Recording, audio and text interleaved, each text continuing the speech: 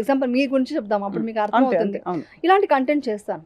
అది కాదు ఇంకొకటి చెయ్యి అంటే, అక్కడ వచ్చి మీ అలా తగ్గించుకోండి. మీకు ఒక సెల్ఫ్ రెస్పెక్ట్ ఉంటుంది. మీకంటూ ఒక స్వప్న అంటే ఇది అని ఉంటుంది కదా, అవును. దాన్ని తగ్గించుకోకండి. నేను ఇది ముందే చెప్పాను, నేను ఇలాగే నడుచుకుంటా అని స్ట్రాంగ్గా చెప్పండి. అలాంటప్పుడు మీరు బెండ్ అయిపోయి అక్కడ ఈగో కాదు, అది మీ సెల్ఫ్ రెస్పెక్ట్ని కాపాడుకుంటున్నారు. అది సో అక్కడ స్ట్రాంగ్గా నేను ఇది చేస్తా, ఇది నేను ముందు చెప్పాను, ఇలాగే ఉంటాను అని అది వాయిస్ పెంచక్కర్లేదు, ర్యాష్ మాటలు మాట్లాడక్కర్లేదు.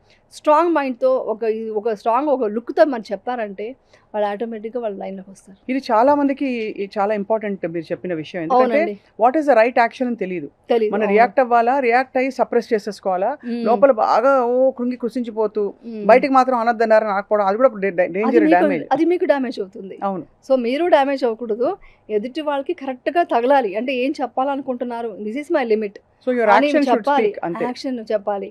కానీ అతని మీద ద్వేషం పెంచుకోకూడదు.